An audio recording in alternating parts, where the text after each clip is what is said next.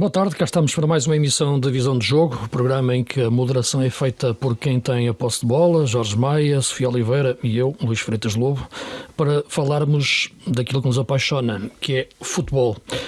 Esta semana, uma jornada que correspondeu ao esperado. Os três grandes da frente voltaram a ganhar, o Sporting e o Porto com goleadas, o Benfica com dificuldades em Faro, ou no estádio do Algarve, não foi no São Luís, frente a um Farense que apertou um pouco na parte final. Mas o tema do momento é incontornável, é o Sporting. Abordamos aquilo um pouco a passada semana, na reta final, a questão do Ruben Amorim. Estava a sair naquela altura as primeiras notícias em relação à possibilidade do interesse do Manchester United. Na altura não demos assim, não é uma questão de dar importância, mas talvez não demos o crédito suficiente a que pudesse acontecer tão rapidamente o desenvolvimento da situação, e hoje está confirmado. O Ruben Amorim é treinador do Manchester United, mas ainda vai fazer 2 jogos no Sporting. Ironia do destino, frente ao Manchester City, que será o próximo clube do diretor desportivo Hugo Viana, e ainda o jogo da próxima jornada frente ao Braga.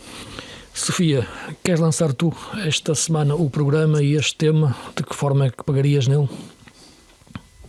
Olá Luís, olá a todos mais uma vez. Eu estou surpreendida, na altura fiquei, aliás não disse olá ao Jorge. Jorge, olá, peço imensa desculpa. Dizer só por causa da diferença de som, que a Sofia hoje está fora do estúdio por razões pessoais, e por isso pode haver aqui uma diferença de qualidade tática do som. É verdade, não é técnica, fiquei é tática. Fora da ficha de jogo, fiquei fora da ficha de jogo hoje. Não, mas desculpa Jorge, mais uma vez, eu fiquei surpreendida na altura, ficámos todos, andávamos aqui a tentar contemplar os rumores também e a testá-los, não é? Porque, como sabemos, há muita contra-informação por esta altura, e ainda para mais com uma notícia desta dimensão. Eu se calhar começava pela forma como Ruben Amorim, na minha opinião, humanizou, se me permitem a expressão, no fundo, todo o episódio. Não foi fácil, percebeu-se que não foi fácil. Acho que Ruben Amorim também não quis que tivesse parecido fácil, nas últimas conferências já esteve mais à sua imagem, já o vimos mais solto, mais livre até de alguma forma, porque se percebeu que nas conferências em que começaram a surgir muitas informações, ele também não podia adiantar-se demasiado, mas eu gostei da forma como tudo isto foi humanizado, porque às vezes no futebol passam aquela imagem de que, não, o balneário está blindado, para o balneário não passa nada, o treinador tem de estar ali sempre com uma postura hercúlea quase, e de que nada atravessa, não é, ali a alma da pessoa que dá a cara, e eu gostei dos momentos menos bons, porque houveram momentos menos bons nas conferências, gostei dos momentos em que as coisas correram melhor, mas no fundo, e acima de qualquer outra coisa, gostei que se tivesse humanizado este processo, tendo em conta a difícil situação e o momento sensível pelo qual o Sporting vai passar com a sua saída. Como é que vocês também sentiram todo este episódio? Olá, boa tarde a todos. Boa tarde, Sofia. Boa tarde, Luís.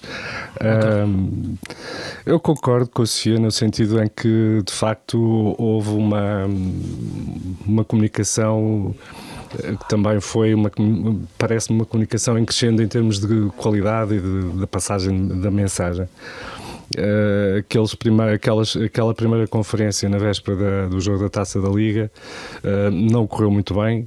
O próprio jogo, houve um claro clima de quase fúnebre em Alvalade, uma coisa que não se via há muito, muito tempo, no tempo. Mas já agora, Jorge, desculpa interromper-te, mas dar apenas nota, eu não sei se Ruben Amorim sabia, porque ele também falou desse clima na conferência de imprensa, mas as claques estavam em protesto, tal como todas as claques estiveram nos jogos da Taça da Liga, devido ao formato da competição. Portanto, não sei se isso também não terá tido interferência na leitura. Eu acho que teve interferência, mas as claques tomaram essa posição em todos os jogos, e eu acho acho que em Alvalade se sentiu mais, acho que se sentiu mesmo mais, e sentiu-se também na equipa. Não custou entrar no jogo. Acho que esse foi o jogo em que eu notei mais a sensação de perda entre os adeptos, a sensação de perda até entre os próprios jogadores, e acho que depois, à medida também que as coisas foram ficando mais claras e mais esclarecidas, as coisas passaram a correr um pouco melhor. O último jogo de Sporting já é um jogo normal, digamos assim, até pelo resultado e pelo volume de resultado, pelo volume da exibição. E acho que teve esse lado. Houve ali aqueles primeiros instantes de o choque entre adeptos e imagino que junto da própria estrutura, acho que o próprio Rubem Amorim aquela primeira conferência de imprensa, ele não estava muito à vontade, e a forma como ele até de certa forma alimentou ali um pouco a expectativa de que pudesse não acontecer.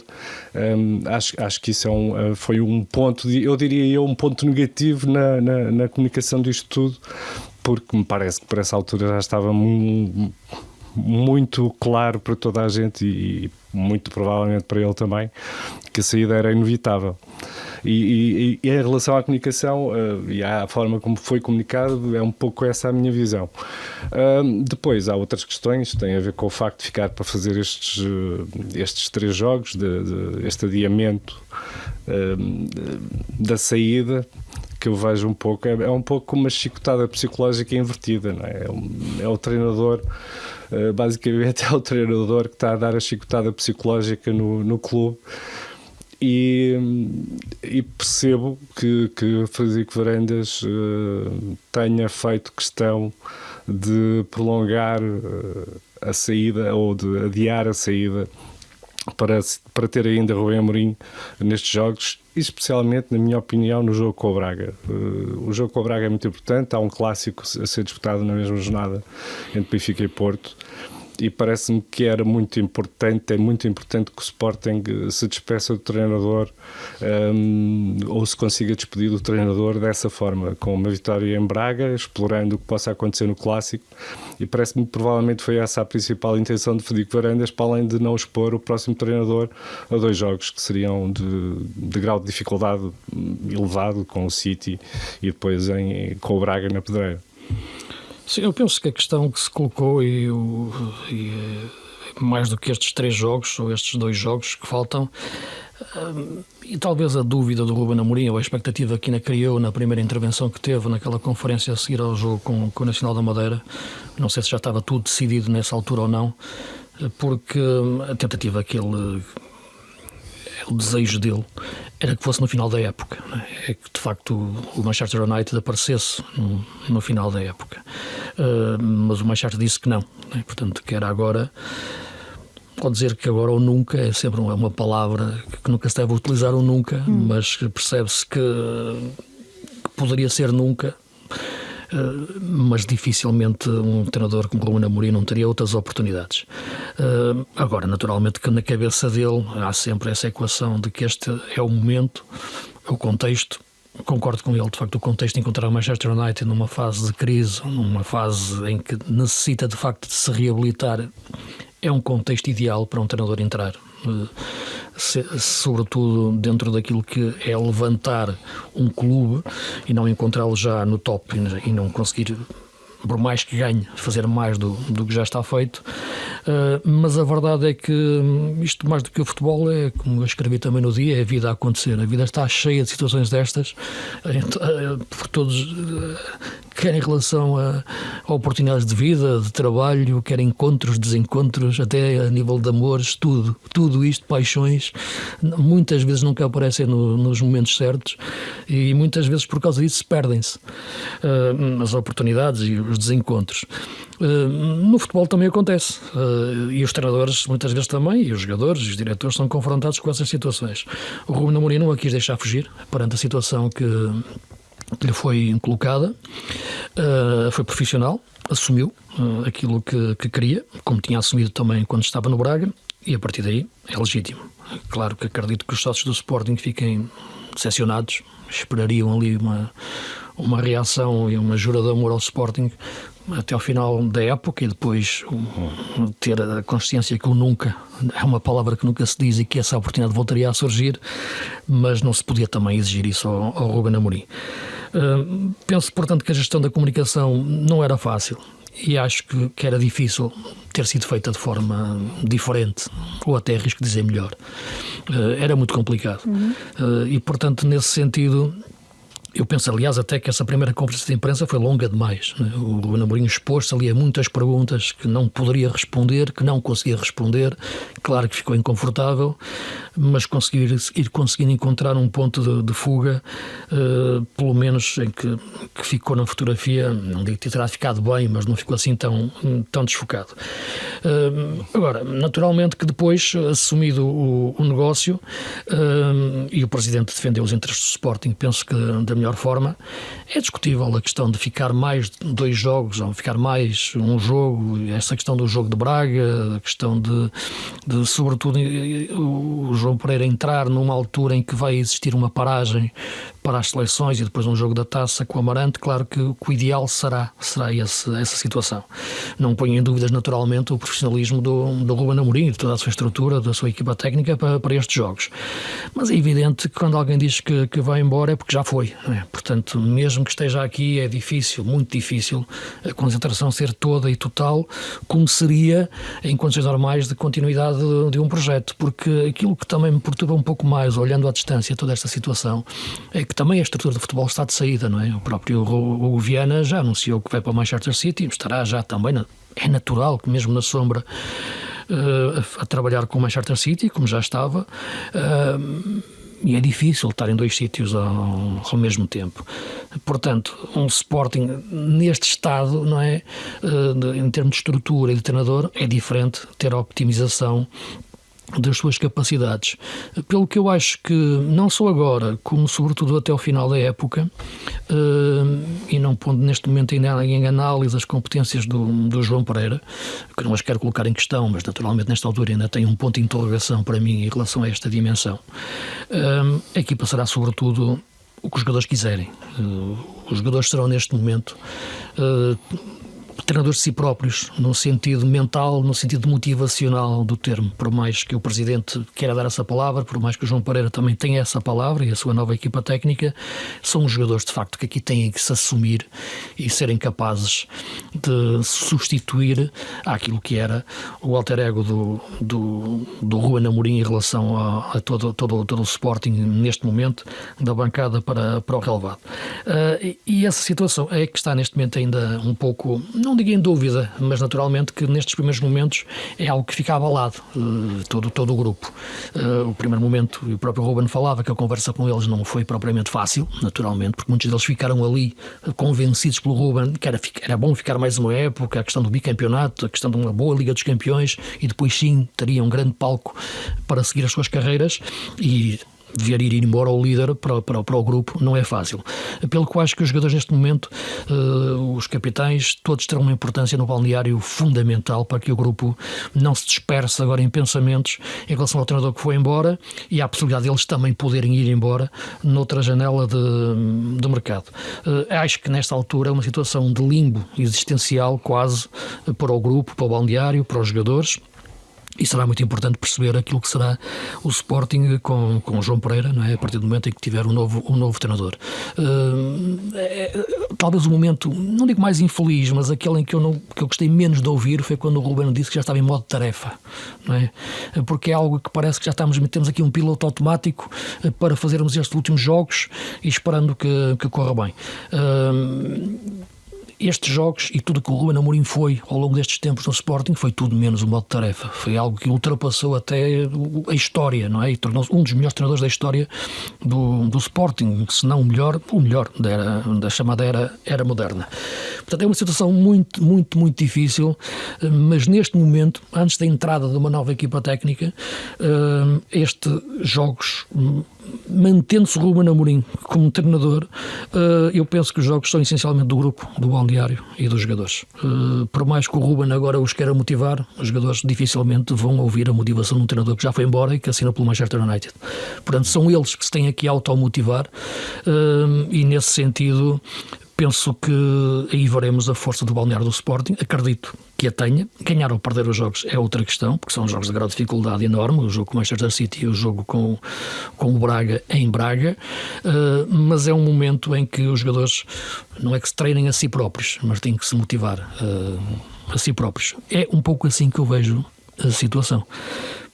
Queres dizer mais qualquer coisa, Sofia, em relação a esta situação? Como é que tu vês esta questão também dos jogadores e do balneário? Eu acho que tu disseste uma coisa muito importante, Luís, é que disseste que nem sempre correu bem em termos comunicacionais. Eu hei de ter coisas que gostei menos, o Jorge outras, tu outras. Falaste aí da questão do modo de tarefa, o Jorge falou da questão de, na primeira conferência de imprensa, ter sentido que as coisas já estavam definidas e ele ter mantido ali o suspense à volta do negócio. Deu esperança aos como adeptos, coisas não é? que... Eu acho que não, ou seja, lá está, isto Na primeira, é tudo não tão achas? relativo. Eu não senti isso, eu senti é que havia uma negociação em curso. Sim. e não ia ser o Amorim a anunciar fosse o que fosse, nem fazia sentido, na minha opinião, Claro, que assim claro. fosse.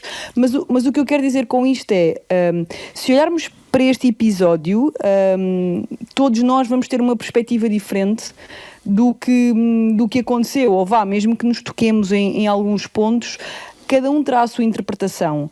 Eu acho é que não podia ter sido diferente no sentido em que não podia ter sido perfeito, porque é uma situação muito complicada, porque é uma situação que deixa e que envolve muitas pessoas, jogadores, equipa técnica, estrutura, adeptos, jornalistas, expectativas de tanta gente, e portanto era impossível ter sido perfeito. Agora, para mim, parece-me que humanizar isso, ou seja, ser o próprio Ruben Amorim a dizer que eu sei que se vai sentir isto, que se vai sentir aquilo. Este é o tempo em que as pessoas precisam de sentir o que elas quiserem sentir, e estas foram palavras utilizadas por Ruben Amorim em 2 conferências de imprensa. Eu acho que essa valorização de isto vai ser para uns de determinada forma, para outros de outra, eu acho que isso foi mesmo algo que é raro vermos, porque geralmente não se contemplam mais do que uma mensagem no futebol, nos clubes, não é? Tem que ser tudo linear, tem que ser tudo muito estratégico e ponderado, e eu acho que este episódio foi um episódio que nos fez também entender que estas pessoas são pessoas como nós, não é? São pessoas que por vezes se deparam com situações que não esperam, com situações mais difíceis e que efetivamente não conseguem fugir de situações menos agradáveis. Eu gostei disso porque não gosto de tudo imaculado. A questão de isto tem que ser imaculado, não tem nem podia ser, na minha visão. Sim, aquela história, enfim, dos estados de alma que se geram em torno da decisão do Ruben Amorim. Eu penso que quer chegar ao ponto de dizer que há sócios do Sporting que se sentem traídos, não é? Há outros que se sentem perfeitamente conformados perante a situação e que compreendem. Há outros que percebem, acredito eu. Claro, são estados de alma diferentes, e o Ruben é um profissional. Enfim, o que fez no Braga não é muito diferente, salvo as devidas proporções, quando veio para o Sporting, não é? E os adeptos do Braga terão sentido também algo de semelhante, embora aqui agora a aura que o Ruben adquiriu no Sporting é muito superior ao que adquiriu no Braga. E há uma diferença essencial que eu acho que é muito importante nesta parte da comunicação, é que ele saiu do Braga saindo do Braga. Não deu mais conferências de imprensa como treinador de Braga depois de ter saído. Ele não se despediu dos adeptos do Braga, quer dizer, não foi... Tinha ganho uma taça da Liga nessa este altura. prolongamento da ligação Ruben Amorim Sporting, porque o que costuma acontecer nestas situações é os treinadores são contratados e saem dos clubes. Mas, Jorge, o que eu acho é que em relação ao Braga, ele não lhe custou nada sair do Braga. Certo. Aqui está-lhe a custar muito sair do Sporting. Ele próprio disse que tentou que isto fosse no final da época. Certo. Pediu isso ao Manchester United. Sim, eu percebo isso. Só estou a dizer que o facto de ele ficar exposto, ou de necessariamente estar exposto, porque vai ter que fazer as conferências de imprensa de antevisão destes jogos como fez, é obviamente uma situação em que ele tem que se explicar e tem que dar explicações aos sócios e aos adeptos do Sporting e tem que explicar a sua própria opção, que foi algo, por exemplo, é o que eu digo, ele não deu conferências de imprensa como treinador de Braga já contratado pelo Sporting, porque senão provavelmente também teria que dizer alguma coisa. Ele não sentiu nenhuma necessidade disso, não, ele não fez força para ser no final da época do Sporting, não é? Eu percebo. Disto via. Mas não houve ali nenhuma tentativa de moralismo por parte de Rubén Amorim, e eu aprecio isso. Aprecio essa ausência de querer passar alguma lição de moral, porque não houve ali aquela mensagem de mas eu já ganhei aqui X, eu aqui já fiz isto, eu já fiz aquilo. Não, foi mesmo, ou seja, eu achei mesmo que o que nós ouvimos ali, na maior parte do tempo, foram as vozes, entre aspas, que estavam na cabeça do Rubén. Aquilo que ele realmente teve de ouvir, o que não teve de ouvir, as dúvidas, as certezas. Eu não estou completamente certa de que não lhe tenha gostado de sair do Braga. Claro que aqui o timing é completamente diferente, os anos de casa, as coisas que viveu no Sporting, mas eu acredito que também lhe tenha gostado de sair do Sporting Braga dentro da proporção que foi ter estado no Sporting Braga, ter conquistado aquele título, inclusive a ter vindo para o Sporting numa altura em que o Braga até estava à frente do Sporting na tabela classificativa e mais uma vez estava ali e precisamente, portanto, ou seja, eu gosto do erro, eu gosto da exposição ao erro e gosto que se assumam os erros, que se percebam as dúvidas, que haja confusão no sentido em que não é tudo claro para uma pessoa numa decisão desta natureza. Eu acho que isso é pouco valorizado, acho até que é subvalorizado, porque temos a mania, entre aspas, de que no futebol quem está ali a comunicar está a níveis acima de nós, ou tem uma aura diferente e não tem, no fundo não tem, no fundo passa por coisas semelhantes às que nós passamos nos nossos trabalhos, só que é futebol e mexe com as emoções de muita gente e portanto eu repito o que disse, acho que foi um período difícil, acho que foi um período sensível e vai continuar a ser enquanto Rubén Amorim estiver cá, porque estas perguntas vão continuar a acontecer. Ainda hoje na conferência de imprensa se voltaram a fazer perguntas nesse sentido, mas eu tenho algumas dúvidas de que de repente, assim, não sei se havia muita gente que, passando pelo mesmo do que ele passou, tivesse este tipo de comportamento. E eu sinto-me à vontade para falar sobre isto, porque já fui muito crítica de Rubén Amorim, nunca da sua comunicação, mas enquanto treinador houve muitos momentos em que não me agradou, mas enquanto comunicador sempre me pareceu um tipo extremamente honesto para o bem e para o mal. Sim, é aquilo que referia no início, as oportunidades e os momentos da vida nunca aparecem, raramente aparecem na altura ideal para nós e, portanto, temos que tomar decisões. Agora, fim da era de Rubén Amorim, o Sporting tem que iniciar uma nova era. E percebe-se que, e compreendo que seja assim, agora há várias formas de o ser, é ir à procura de reproduzir ao máximo a situação que está neste momento. Isto é, não é procurar um clone de Rubén Amorim, mas quase. Isto é, alguém que seja o mais parecido para encaixar ali naquela peça, para que não abale muito aquilo que é o balneário e a relação com o treinador, e portanto encontrar um treinador que já esteja dentro da casa, por isso o Rubén Amorim, aliás, o João Pereira, que o Rubén Amorim já tinha dito que tinha perfil de treinador, e ele lá saberá porque é que o disse, do que ir buscar um treinador fora do contexto. O Sporting disse que já tinha esta situação preparada e só antecipou 7 meses. Não quero dizer que não é verdade, mas desconfio um pouco, até porque se falava há poucas semanas que havia uma proposta de renovação. Portanto, mas poderia haver essa hipótese, porque era perfeitamente possível que o Ruben saísse no final da época, até pela gestão do ciclo e por aquilo que o desgaste e os títulos conquistados. Mas não há situações semelhantes, tão semelhantes como aquela que o Rubén Amorim conseguiu. Pelo que as lideranças serão diferentes. O que terá que ser igual, é o que eu dizia, é a motivação dos jogadores. E o Sporting, aquilo que me preocupa mais nesta altura, preocupa no sentido de analista em relação àquilo que será o Sporting, é que não sai só o treinador, há também a questão da direção desportiva. O Viana mantém-se, mas já é inevitável com a cabeça em 2 sítios, e é impossível estar em 2 sítios ao mesmo tempo. Este jogo, aliás, Sporting Manchester City, é um jogo irónico, não é? É algo que só a ironia do futebol nos traz. Os próprios adeptos do Manchester United vão estar a olhar para este jogo, e se o Manchester City calha de vencer de forma clara aqui em Alvalade, acho que não é a melhor forma de relações públicas para o Sporting e para o Ruben Amorim entrar depois. Mas, naturalmente, ele hoje disse o contrário, disse que até baixava as expectativas e era melhor não pensarem que ele é o novo Alex Ferguson. Pois, baixarem as expectativas seria bom, mas queria ganhar, como é evidente. O objetivo não é perder. Como é evidente, não me parece que baixar as expectativas ao máximo seja melhor para alguém entrar em algum sítio, mas eu percebo onde é que ele quis chegar. E a questão do Viana já ser o futuro diretor desportivo do Manchester City. Como é que vocês veem esta nova questão do novo treinador do Sporting? Terá que ser alguém que vá reproduzir um pouco a imagem do Ruben Amorim? Isto é, que os jogadores olhem para ali, não está o Ruben, mas eles conseguem ver algo dele ali na aura do João Pereira? Eu acho que aquilo que tu disseste parece-me perfeitamente lógico.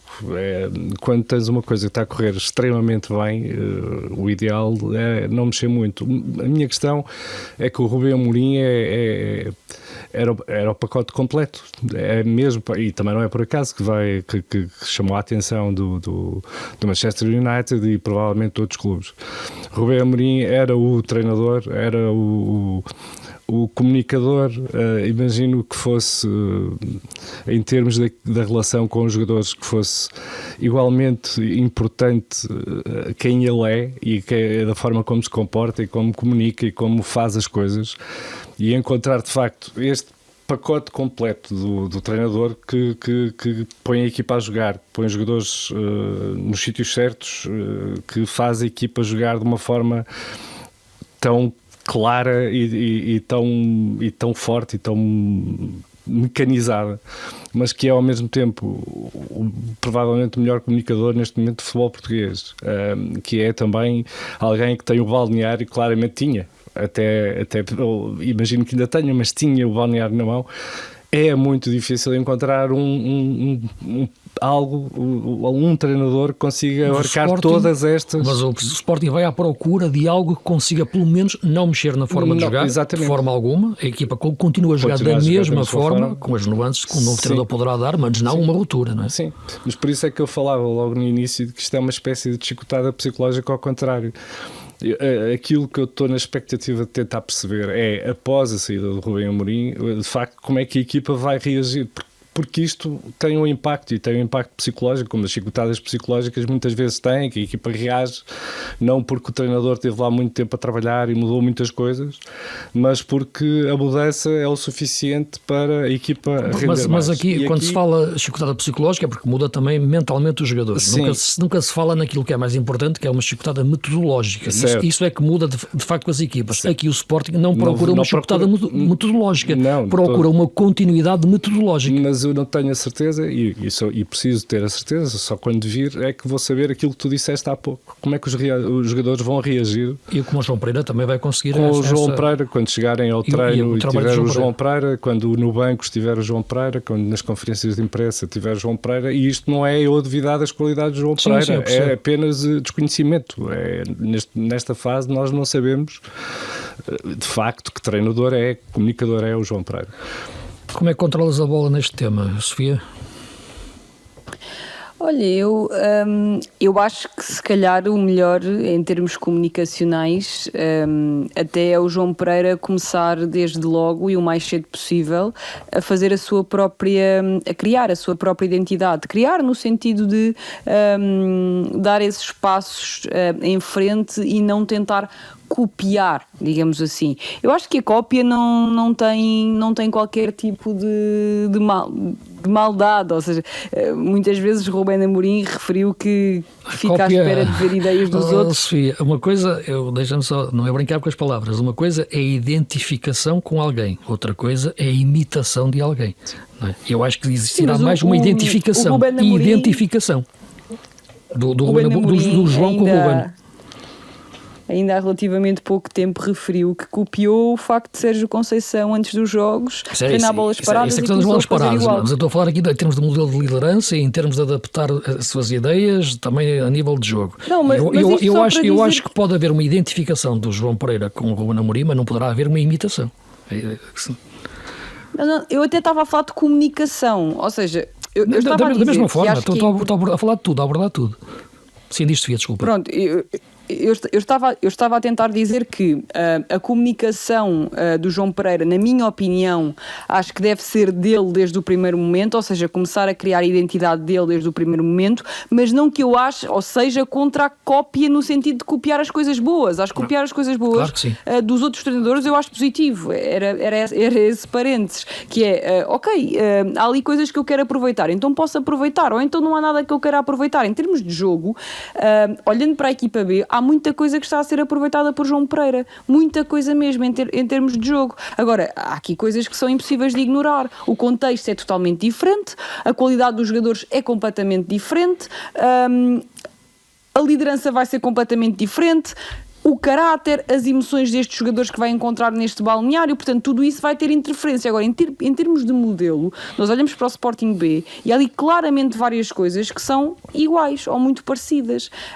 A forma como quer jogar, o facto de meter dois alas, que são dois alas, digamos, irreverentes, ou seja, não são dois laterais, são mais dois extremos, digamos assim, como agora Ruben Amorim faz na equipa principal, mete os médios pelo meio, tem sempre... na saída, ou pretende ter na saída jogadores que saibam dar saída, os centrais que saibam dar saída. Há um ou outro central com mais capacidade para ir com a bola para ir com a bola controlada, para fazer metros, para percorrer metros, para conduzir. É verdade que geralmente joga com 4 médios por dentro, e Ruben Amorim geralmente só tem 2 médios e depois os 2 avançados interiores, e João Pereira joga com 3, ou seja, joga com um médio defensivo, 2 interiores e depois ainda tem um mais avançado, ou seja, faz ali um losango no fundo, e Ruben Amorim não faz isso na equipa principal do Sporting, mas em termos da forma dos estímulos coletivos da equipa, há muitas coisas parecidas. O mais diferente é de facto o perfil individual dos jogadores. Fazer um transfer direto para o que poderá ser a equipa principal do Sporting é impossível, claro, porque o contexto é mesmo muito diferente, e até, se quiserem, fazendo aqui uma analogia muito rápida, eu lembro-me perfeitamente do que se dizia do Kompany quando ele estava no Burnley. Eu lembro-me perfeitamente do que é que ele era acusado, de ser demasiado corajoso, de se calhar não poder jogar daquela forma numa equipa que acabou de subir à Premier League, os resultados não estavam a aparecer, provavelmente não tinha condições para continuar, e depois foi para o Bayern de Munique, e a verdade é que o Bayern de Munique é uma máquina de fazer golos e de criar situações. Pois claro que é, então, porque tu chegas a um balneário em que tens jogadores de classe mundial. Portanto, lá está, isto tudo depende muito do contexto, e Bruno Lage é outro contexto. Bruno Lage, depois de sair do Benfica, além do ano de sucesso que teve no Wolverhampton, conseguiu mais alguma vez ter estas séries de vitórias como agora quando chegou ao Benfica? Claro que não. E portanto, nós temos de analisar as coisas olhando para o contexto, e nós não temos histórico do João Pereira no novo contexto. Vamos ter de analisar a partir de agora. Agora, neste histórico, vai ser o momento zero do João Pereira para começarmos a analisar. Em termos de jogo, volto a referir, há muita coisa da equipa B do Sporting que é baseada, é inspirada, e acredito que seja trabalhada em conjunto com a equipa principal. Sim, sem dúvida. Aquilo que eu acho que aí os sócios de Sporting já não irão entender de forma alguma, não irão conseguir humanizar de forma alguma a questão, é se o Ruben Amorim vier cá buscar o Jokers. Ou se tiver tentação de pelo menos... Em janeiro não. Ele já na conversa de imprensa disse, custa 100 milhões, e olhou para o Presidente, não é? Como quem diz, tu não vais deixar sair por menos. No final da época, isso logo se vê, até porque ele, em relação ao Braga, foi buscar o Paulinho, não é? Foi buscar muitas... Mas podemos pensar pensar que no United estão dois avançados que hoje em dia são muito subvalorizados, o Højlund e o Zirkzee, e que ele pode valorizá-los mais do que estão neste momento. Também pode valorizá-los, mas transformá-lo no Jokers já seria algo quase uma entidade divina, não de um treinador, não é? Transformar o Zirkzee, que eu não, transformá-los no Jokers não vai ser possível, porque eles têm perfis completamente diferentes. Exatamente, não. O Jokers, eu acho que o Jokers... Mas acho que é possível valorizá-los, claro que sinceramente, sim. Olhando para o estado atual. Embora, na minha opinião, isto podemos discutir depois a equipa do Manchester United noutra altura. Acho que os dois estão muito longe de ter o valor, na minha opinião, de Manchester United. Até olhando para o banco e vendo o Ruud van Nistelrooy, não sei qual vai ser o papel do Ruud van Nistelrooy a partir de agora, porque é uma grande figura do Manchester United. Temos pouco tempo até para terminar a emissão, mas tentando olhar também para outros jogos da jornada. O Porto venceu de forma clara o Estoril, onde eu destaco mais que os 4 golos aquele gesto fantástico do PP a nível de fair play, depois da lesão do Pedro Álvaro, e a forma como parou a jogada. E é de facto algo que se deve destacar. Rapidamente, porque temos pouco tempo, em relação ao Benfica, o Benfica volta depois de já tentar vários planos alternativos para como atacar, porque no nosso campeonato é mesmo aí, é procurar planos alternativos para atacar. Foi fazer quase uma defesa a 3 na segunda parte e vimos aquilo que eu já achava que não ia acontecer, que foi a reabilitação do processo em curso do Austin com o lateral direito. Uma espécie de lateral direito. Sim. Mas pelo menos estava naqueles espaços. Com uma defesa a 3, quase, porque o Carreras ficava como central. Será mais um plano, quase o plano D. Vimos os 2 pontas de lança à meio da semana frente ao Santa Clara, porque chegou a jogar para Avelides e Artur Cabral. Já vimos o 4-2-3-1, o 4-3-3, isto é o Acto Carlu a jogar como segundo avançado.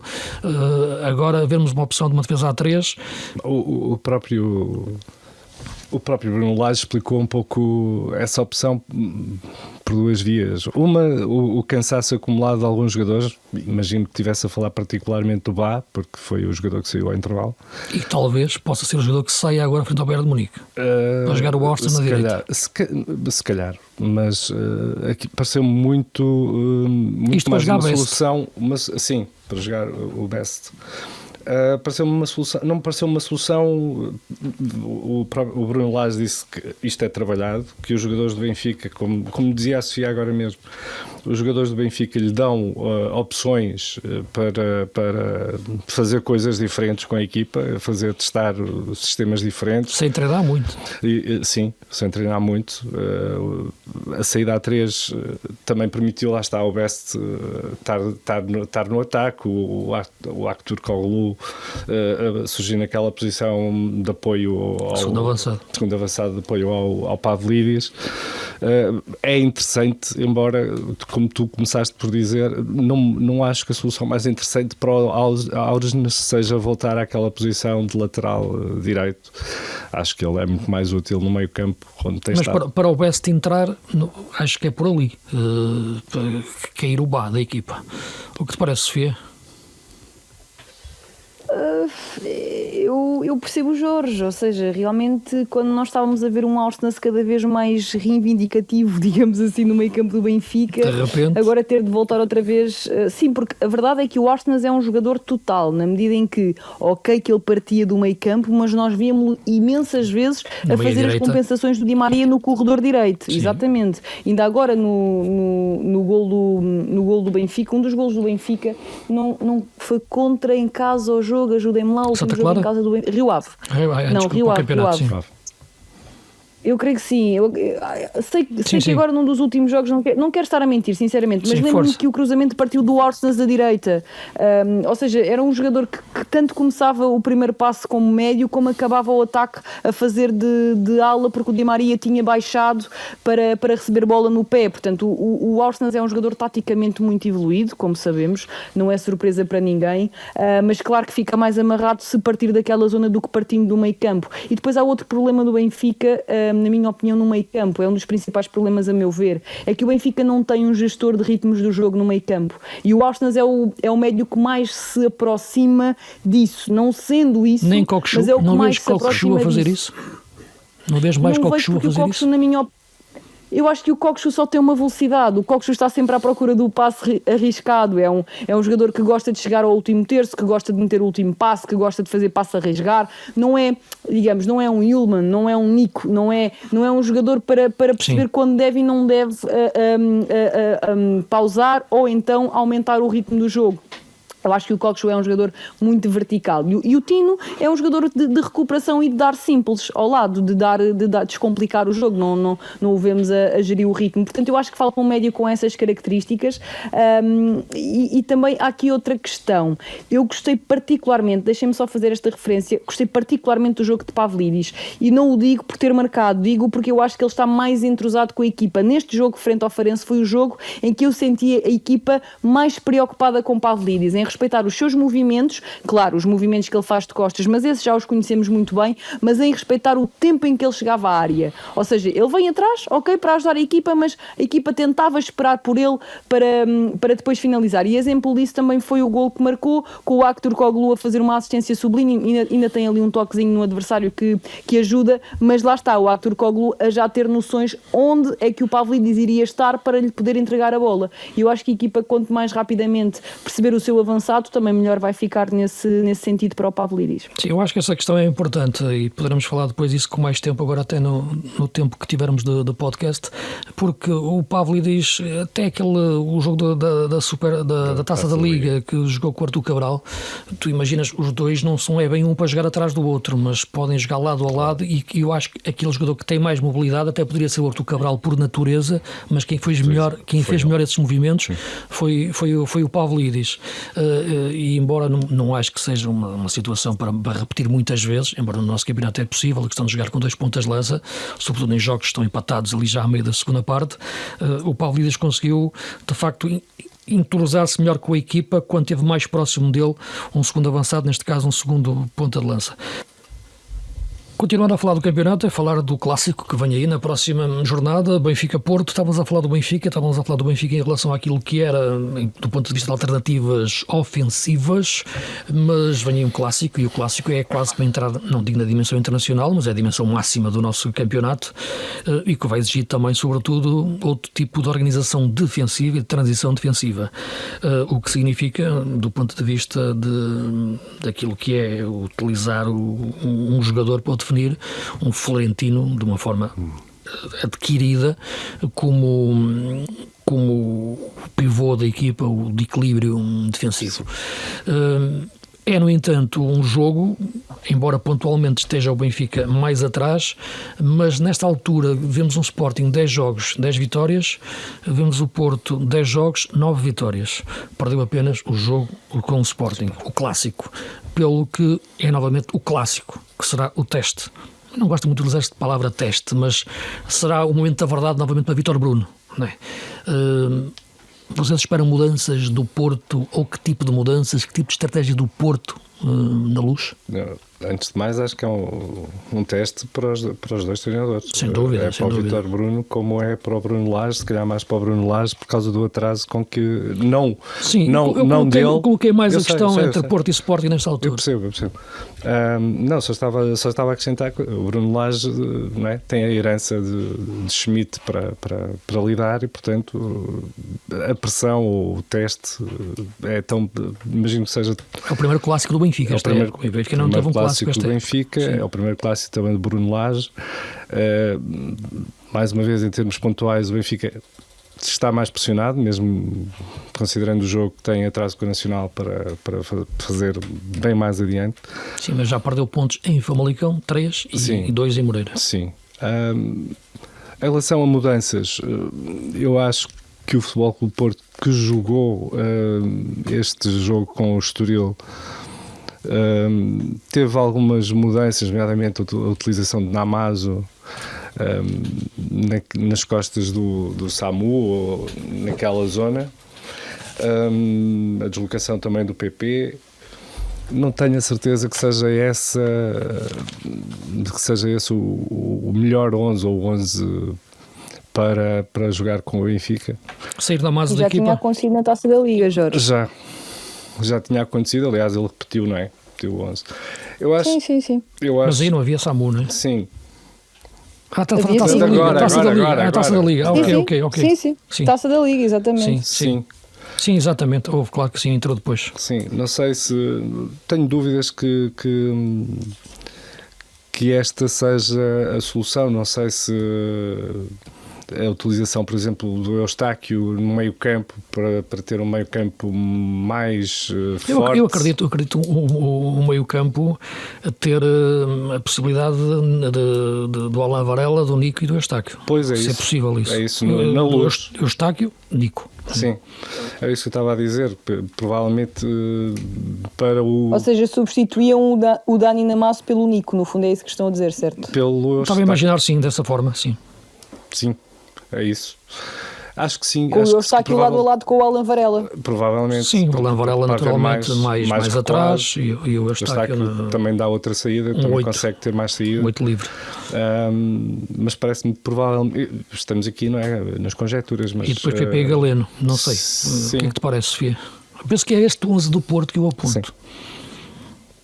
Eu acho que, seja quem for, tem de haver alguém a ajudar o Samu naquela zona do terreno, porque tal como se viu no jogo frente ao Estoril, no jogo de campeonato frente ao Estoril, o Samu é um jogador para jogar dentro da grande área, e se lhe pedires mais do que isso, não podes criticar o Samu, tens é de criticar quem lhe pede mais do que isso, porque ele não tem condições para isso, não é esse o perfil do Samu. Mas olha que o Samu não pode andar. Mas olha que ele tem muito de... Desculpa, Sofia. Tem... Vai, Luís. É natural que é uma coisa jogar numa equipa grande, outra coisa é jogar no Alavés em Espanha. Ele tem características de jogador de explodir nos espaços vazios. Ainda não foi visto porque o futebol português não convida a isso. Mas o problema é... Lá está, Luís, mas uma coisa o problema é que ele joga Alavés, sempre contra atrás, contra bloco baixos e 30 metros. Não é? Claro. Agora contra o Benfica poderá ser diferente.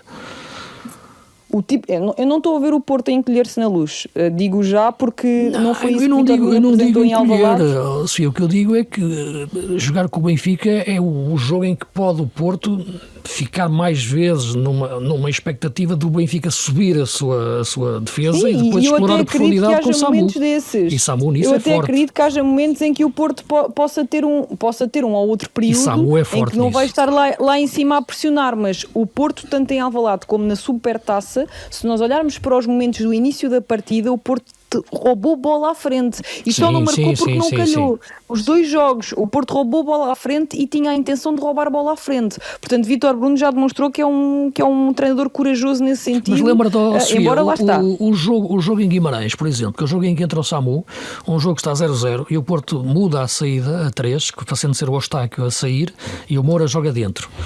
E é o Moura que depois faz a jogada para entregar ao Samu na profundidade.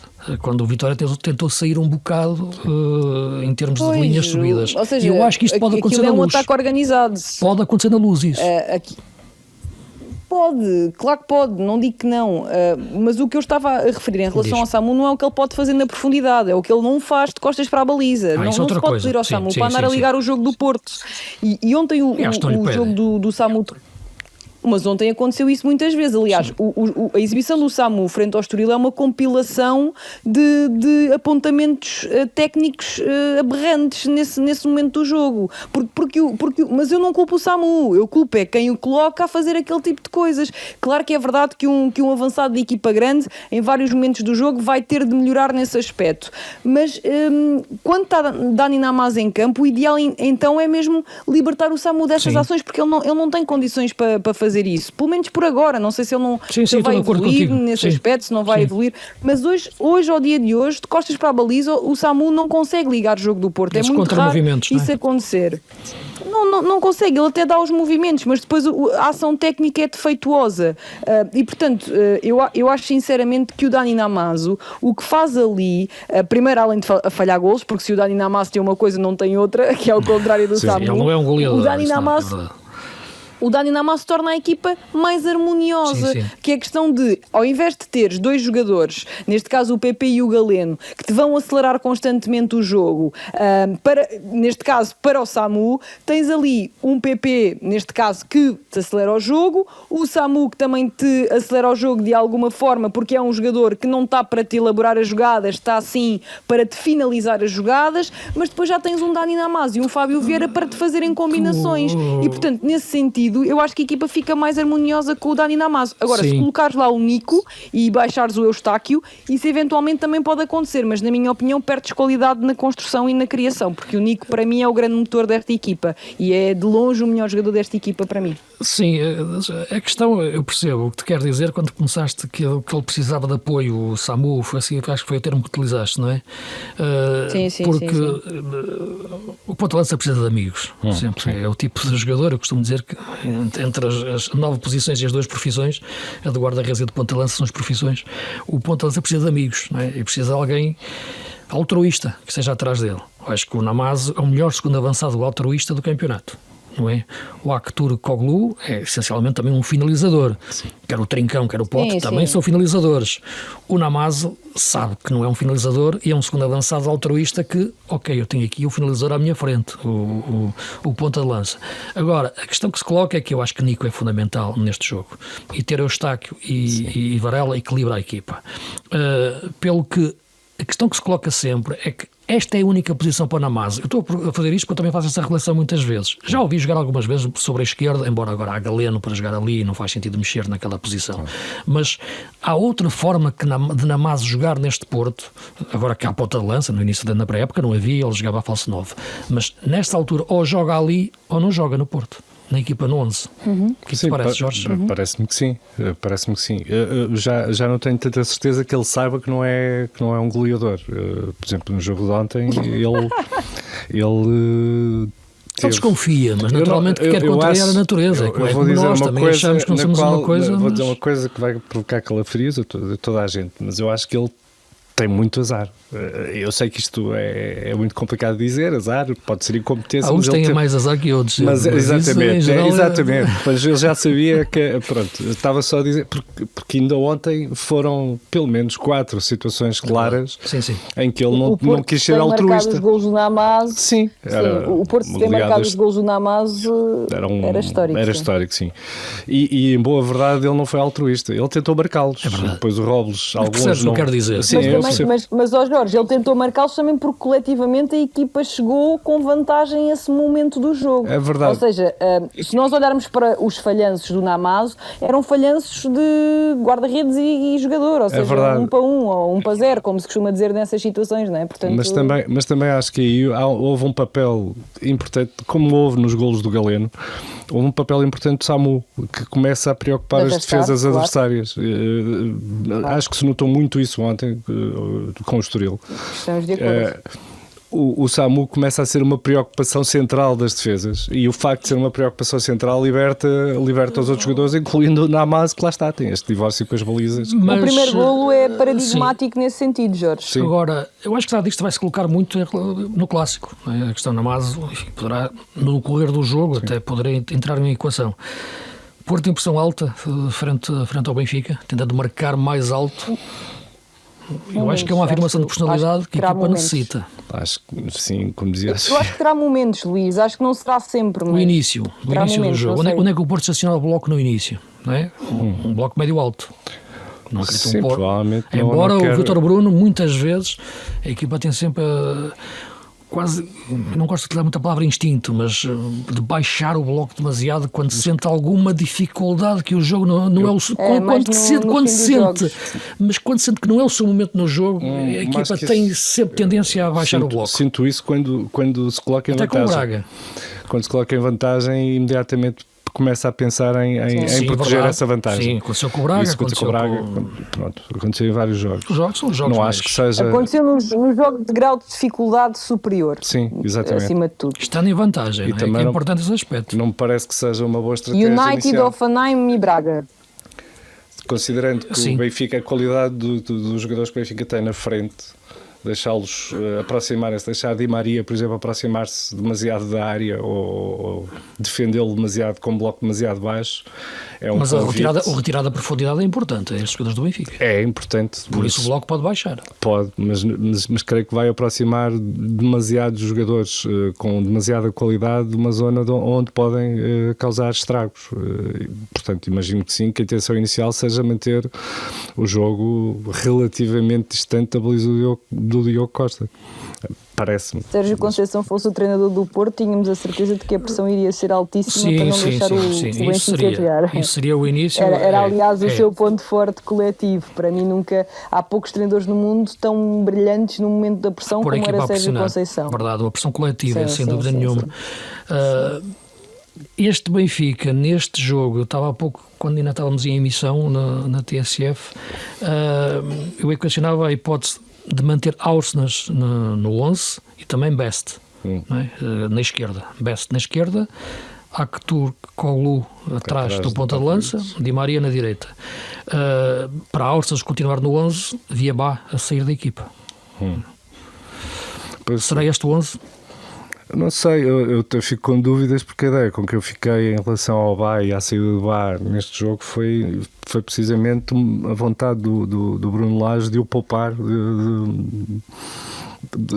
Ele disse declaradamente que os jogadores estavam esgotados, cansados. Acho que o Bá terá sido o caso mais exemplar. Um desconforto, Jorge. Assim. Foi o que ele disse. Mas eu imagino melhor Benfica com o Bá a jogar, com o Ausnes no meio campo. E aí não jogavas com o Best de início? Não jogava com o Best de início. Jogava com o esquema em que o Benfica tem iniciado muitos jogos, com o Aktürkoğlu na zona mais à esquerda, não é mais propriamente à esquerda, não é. Com o Aktürkoğlu na esquerda, manter e Kokshu atrás. E Kokshu atrás, com Ausnes e Florentino. O que te parece, Fio? Sim, estou a entender. Estás a reproduzir um pouco o 11, depois a estratégia em si, onde estaciona o bloco, as movimentações, e isso é outra coisa. Será mais um jogo de encaixe este em relação também ao que é o Porto? Esta forma de jogar do Benfica, ou tens uma ideia diferente, Sofia? Qual é o que diz a tua bola de cristal em relação a este jogo? O Bruno Lage nos últimos jogos difíceis tentou adaptar-se um bocadinho ao adversário. Correu bem contra o Atlético, na medida em que defendeu a 5, baixou mais o bloco e conseguiu controlar bem também um Atlético que, como sabemos, em termos de variabilidade ofensiva não é brilhante. Contra o Feyenoord, quando se soltou na frente para tentar pressionar, correu muito mal, porque acho que não contemplou a qualidade da circulação do Feyenoord mesmo pressionado. Se há coisa que as equipas neerlandesas sabem fazer é circular bem a bola. Agora, este Futebol Clube do Porto é um Futebol Clube do Porto que tem qualidade a circular a bola, atenção, não digo que não, mas para se adaptar ao adversário não sei se Bruno Lage não terá alguma coisa na manga, porque ele está mais estratega, digamos assim, do que na primeira passagem pela equipa principal do Benfica. Vamos ver como é que está Bá, e eu acho que é uma questão também física. Eu acho que se Bá estiver apto, é Bá quem joga ali.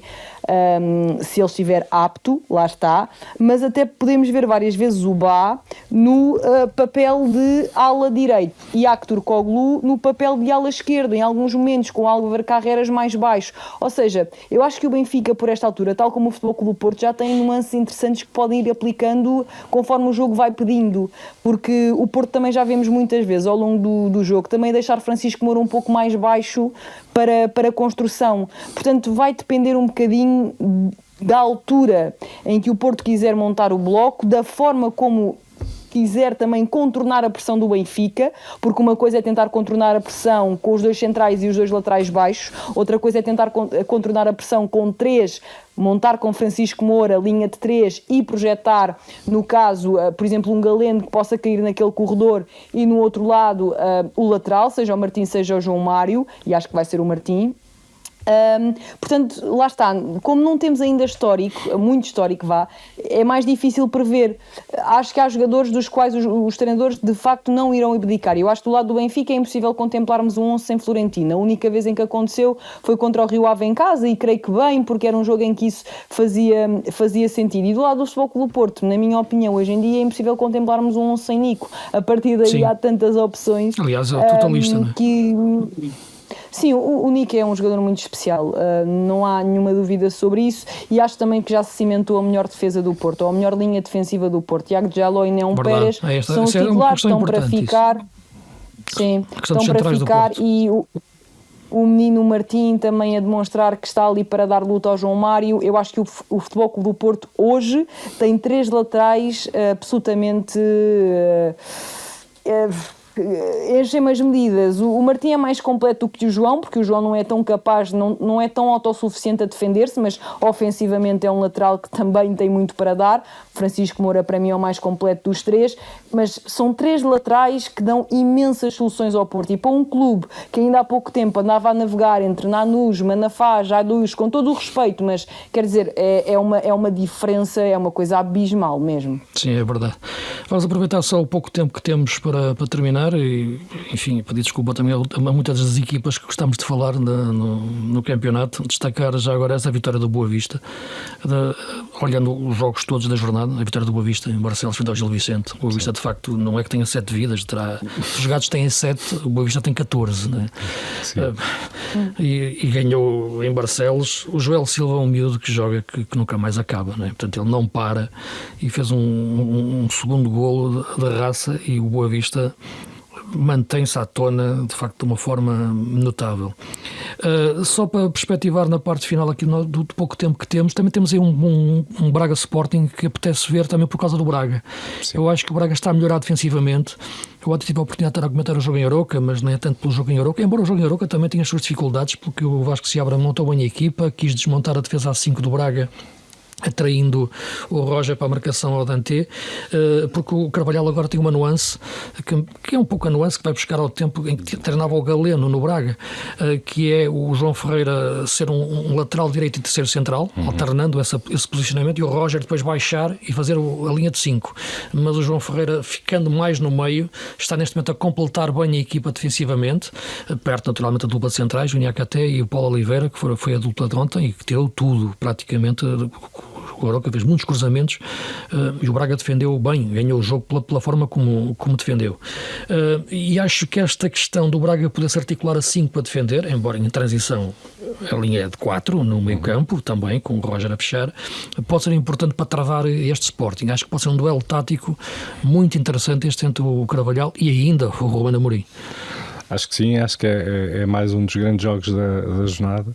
Mais uma vez, também chamou a atenção os cuidados que o Carvalhal, pelo menos na minha perspectiva, teve com a gestão física de alguns jogadores, nomeadamente do Moutinho. Repara uma coisa, deixa-me só dizer esse parênteses, porque falaste nessa questão. O Braga vai jogar este jogo com menos 48 horas de descanso, disse bem, exato. Porque o Sporting joga terça e o Braga joga quinta na Suécia. Sim, a mesma questão coloca-se com o Porto e com o Benfica, embora seja só 24 horas de diferença, porque o Porto também joga na quinta-feira e o Benfica joga na quarta. Verdade. Mas também não acredito que 48 horas já faz alguma diferença. Com uma viagem pelo meio, acho que aí pode haver algum impacto disso, sim. No caso do Porto e do Benfica parece menos claro que esse impacto seja tão sentido.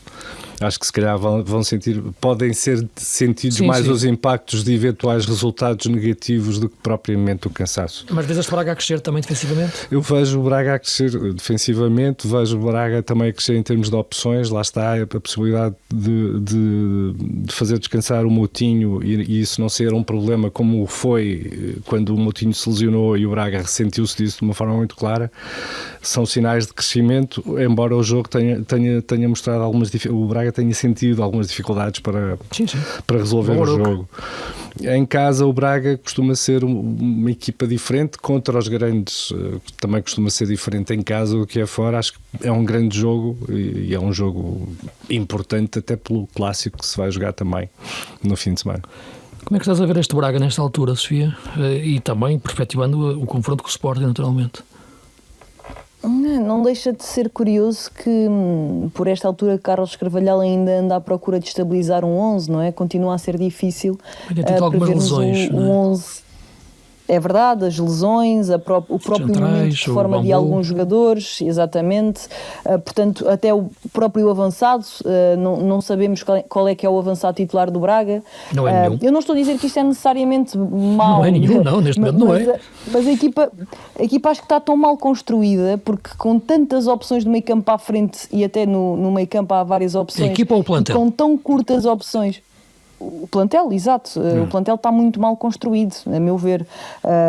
Fica difícil até para o próprio treinador também equilibrar, do ponto de vista emocional, os jogadores, não é? Que todos querem ter minutos, todos querem jogar, estamos a falar de jogadores com qualidade e depois na linha defensiva tem de andar ali a fazer ajustes constantes, e é uma missão para Carlos Carvalhal, na minha opinião, uma missão muito difícil, e disse-o mal. Daniel Sousa saiu do comando técnico e Carlos Carvalhal assumiu.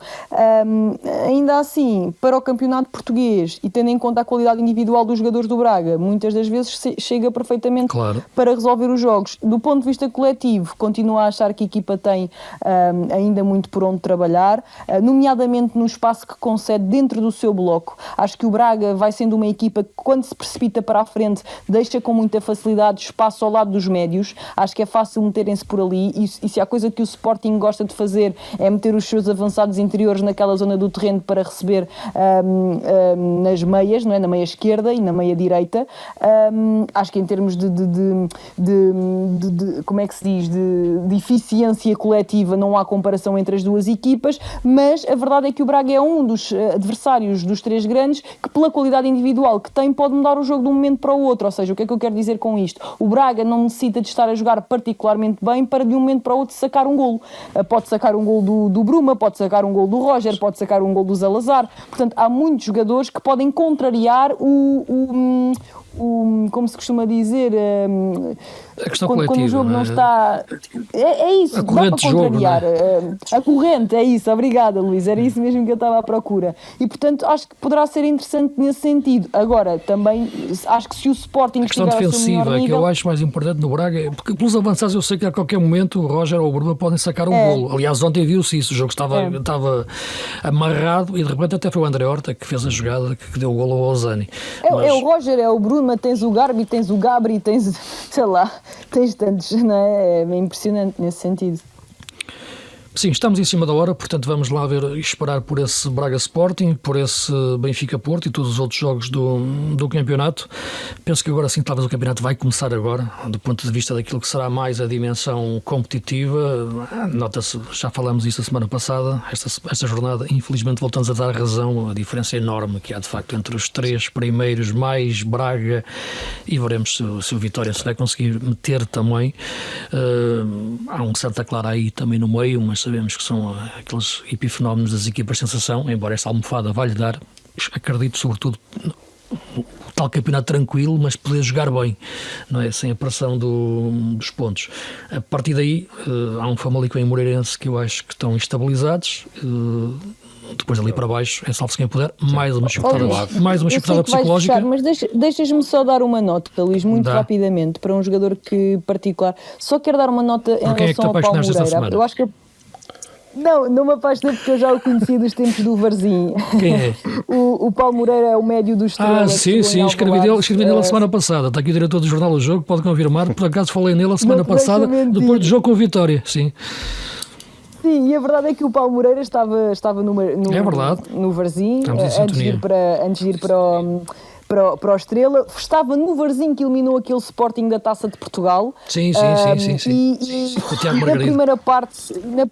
Na primeira parte em Alvalade, acho que fez uma exibição ao seu nível e portanto, só como também gostamos de destacar aqui os jogadores de outras equipas, só dar aqui uma nota para ele. Fizeste bem, porque já a semana passada escrevi sobre ele e estamos em sintonia a esse nível. Ia falar também daquilo que foi o despedimento do Luís Freire. Estava-se a perceber exatamente o que ia acontecer isso, porque o Rio Ave agora é dirigido de fora para dentro, em relação àquilo que já não é uma estrutura que de outros tempos. O futebol é assim mesmo, e acredito que o Luís Freire vai encontrar outro projeto em breve para mostrar a sua qualidade como treinador.